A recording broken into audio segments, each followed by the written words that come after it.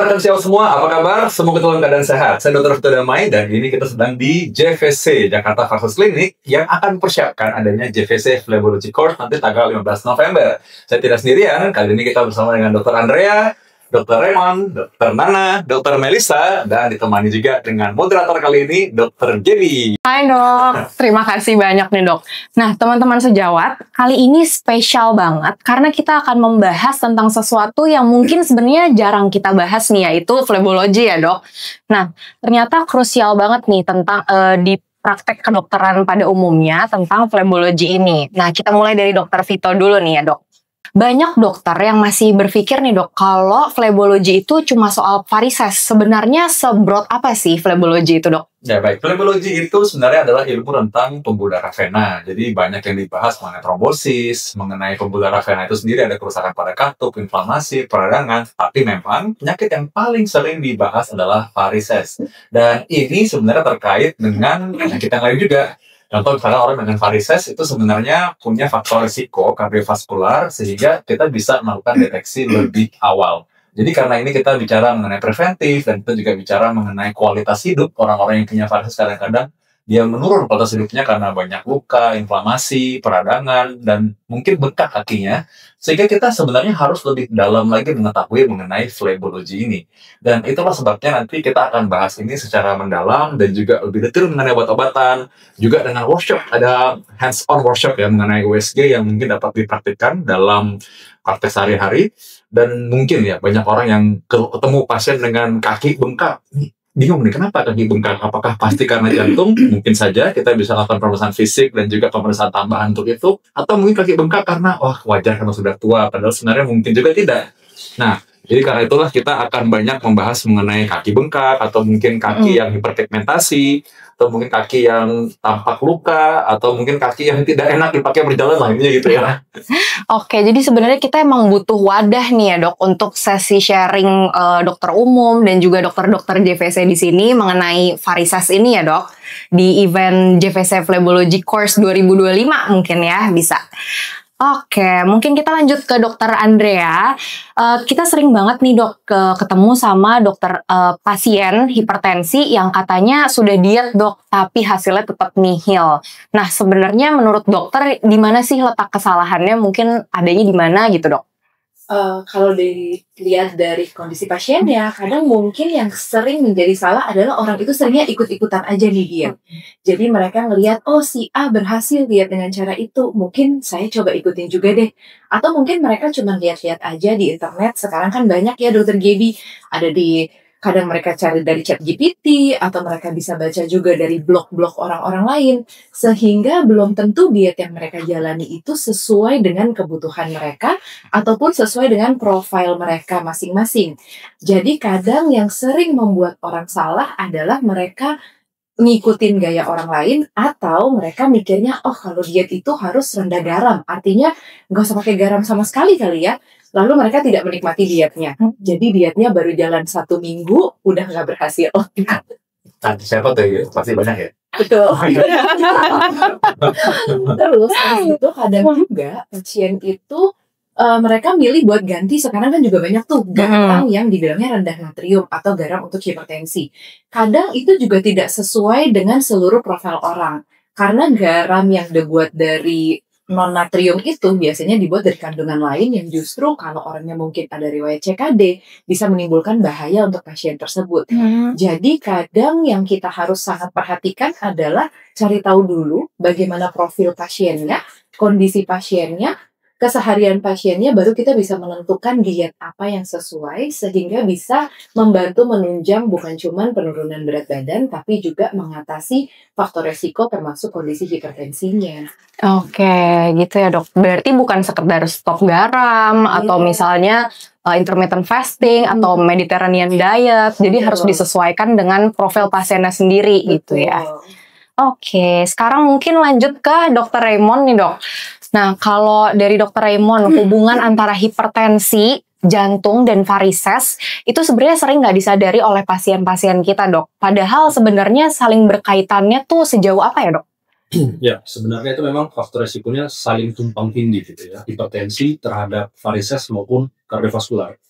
Nah, jadi kita harus melihat masalah vena ini merupakan suatu kontinuum dari masalah kardiovaskular. Sering sekali orang yang memang memiliki hipertensi lama itu terjadi varises. Nah, penyebabnya bisa karena jantungnya bengkak, bisa karena masalah venanya memang sudah bermasalah dari strukturnya, atau memang ada faktor resiko lain yang tidak terkontrol dari pasien-pasien tersebut. Jadi memang kita harus melihatnya itu lebih dari hanya masalah vena, tapi merupakan suatu hal yang lebih besar. Oke, berarti varises itu bukan sekadar urusan kosmetik atau estetika gitu ya dok? Tapi mungkin ada nggak cara-cara untuk mengontrolnya gitu supaya nggak lebih parah varisesnya? Ya, tentunya ada, karena faktor resikonya kurang lebih sama, jadi memang kita harus mengendalikan faktor resiko kardiovaskular itu sendiri. Dengan kita mengendalikan faktor resiko tersebut, otomatis bisa perbaikan varises tersebut. Oke, berarti intinya juga kita harus kelola faktor risikonya ya, berhubungan sama tadi nutrisi juga berarti ya dok. Oke, selanjutnya kita ke dokter Melisan ya dok.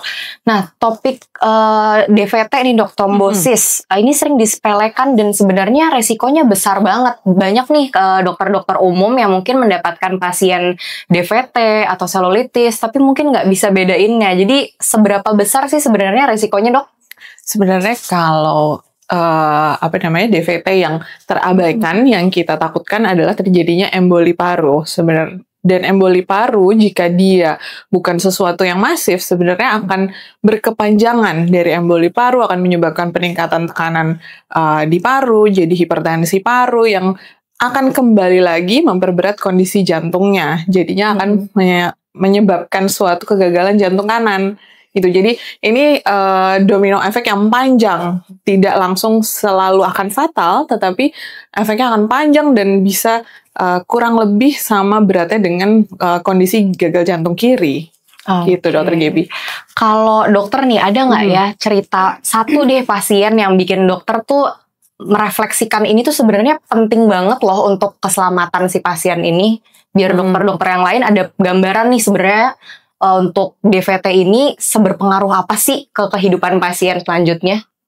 Sebenarnya mungkin mulai dari deteksinya kita harus lebih aware dengan suatu keluhan yang sebenarnya mungkin tidak terlalu jelas sekali, kadang-kadang sangat subtle, kadang-kadang kita hanya pikir ini suatu nyeri otot saja atau bahkan tidak terlihat ada gambaran kemerahan atau bengkak, hanya rasa tidak nyaman, disangkanya hanya masalah otot atau persendian. Itu pada saat kita lakukan USG, ternyata ada trombus di pembuluh darah. Dan tidak selalu trombus itu terbentuk di pembuluh darah vena yang dalam, bisa juga di superficial. Jadi dengan keluhan-keluhan yang sebenarnya bisa mirip, saling sama satu sama lain karena masalah otot atau masalah persendian tersebut ya, kita harus gali lagi lebih detail, harus tanya apa faktor resikonya, pencetusnya, itu yang harus mungkin kita lihat lebih dalam, dan pemeriksaan fisik selalu dilakukan, dan memang kalau ada kecurigaan selalu rujuk pasien tersebut untuk evaluasi dengan USG atau Doppler. Ya. Oke, kira-kira seperti itu ya dokter-dokter sekalian untuk DVT. Nah selanjutnya tadi kita udah nyerempet dikit nih tentang kosmetik atau estetika ya. Sekarang berarti gilirannya dokter Nana nih dok. Nah kalau dari dokter Nana ini menarik banget. Sebenarnya banyak pasien-pasien yang CVI atau kakinya ada masalah, tapi ada hiperpigmentasinya juga nih dok. Ternyata ini bukan cuma sekedar masalah kulit ya dok, tapi ada sesuatu yang bermasalah juga dengan varises atau CVI-nya itu dok. Gimana dok? Betul banget dokter Gaby. Jadi memang beberapa pasien atau mungkin rekan-rekan sejawat masih agak susah sebenarnya membedakan mana masalah kulit biasa atau penyakit kulit pada umumnya dengan masalah kulit yang disebabkan karena CVI itu sendiri. Jadi seringkali terjadi salah diagnosis, salah pengobatan juga tentunya.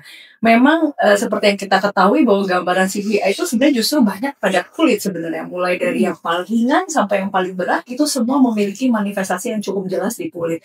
Jadi mungkin nanti kita pada saat simposium atau seminar kita bisa bahas lebih detail mengenai ciri-ciri apa sih, padahal itu sebenarnya kita bisa banget bedain manifestasi CVI itu punya kekhususan atau punya karakteristik tertentu yang bisa membantu rekan-rekan sejawat ini untuk early diagnosis dari CVI itu sendiri. Dan memang apabila kita menemukan kasus-kasus hyperpigmentation atau erythema atau bahkan edema yang disebabkan dengan CVI, tentunya kita tidak bisa treat lesi kulitnya saja. Kita juga harus treat juga penyebab utamanya dari manifestasi kulit tersebut. Nah, ini hal yang menarik yang mungkin akan bisa panjang kalau kita bahas dengan detail, sehingga tentunya dari acara ini nanti yang kita akan selenggarakan, kita berharap kita bisa memberikan banyak informasi baru untuk rekan-rekan sejawat sekalian sehingga terbantu dalam menegakkan diagnosis dari CVI ini sendiri. Oke, jadi sebenarnya level awareness dari diagnosis awalnya ini harus kita tingkatkan juga ya dok ya.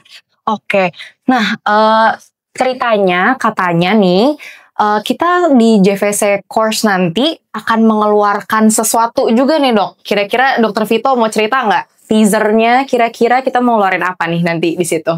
Oh ya, terus sempat berpikir juga ngeluarin apa ya? Maksudnya buku ya? Betul dok. Betul. Jadi buku ini tentang flebology, buku ini akan membahas banyak mengenai tadi penyakit pembuluh darah vena, lalu manifestasi pada kulit, mungkin hiperpigmentasi, kakinya bengkak, berhubungan juga dengan trombosis, Dr. Marita juga sudah bahas juga.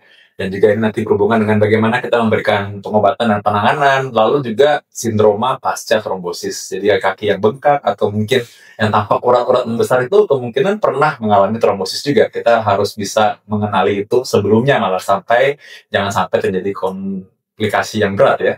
Lalu berikutnya juga orang-orang yang punya faktor risiko, ya orang yang obesitas, itu sebenarnya kita harus mengenali dari awal bahwa dia mungkin punya faktor risiko kardiovaskular. Nanti Dr. Raymond juga akan bahas dalam workshop juga dan juga dalam lecture-nya itu bagaimana sih hubungan pengobatan pasien-pasien yang punya faktor risiko kardiovaskular yang memang juga mengalami komplikasi ya. Aku ulang aja. Dan Dr. Raymond juga akan bahas bagaimana nanti orang-orang yang mengalami hipertensi atau mungkin kelainan jantung dan juga mengalami komplikasi di bagian pembuluh darah vena. Jadi ini sangat broad dan nanti kita akan jelaskan konsep mengenai wellness flebology juga. Jadi karena itu nanti kita akan bahas secara lebih mendalam, ada workshop, sesi tanya jawab, kita akan bisa ngobrol lebih dekat juga, lebih akrab juga nanti di sana. Harapannya banyak pertanyaan yang bisa kita diskusikan juga sama-sama. Jadi pastikan Anda sudah terdaftar dan sampai sekarang informasinya sudah lebih dari 100 orang dan sudah hampir limit terbatas nih, benar-benar sudah hampir tutup. Kalau misalkan tidak bisa cepat-cepat, tolong segera pastikan kehadiran Anda supaya kami bisa memastikan nanti kita bisa ketemu sama-sama nanti belajar flebology sama-sama di tanggal 15 November. Oke, dicatat ya teman-teman, jangan lupa dokter-dokter sekalian untuk hadir dan juga daftar di Flebology Course 2025. Catat tanggalnya, jangan lupa daftar dan see you di sana. Bye.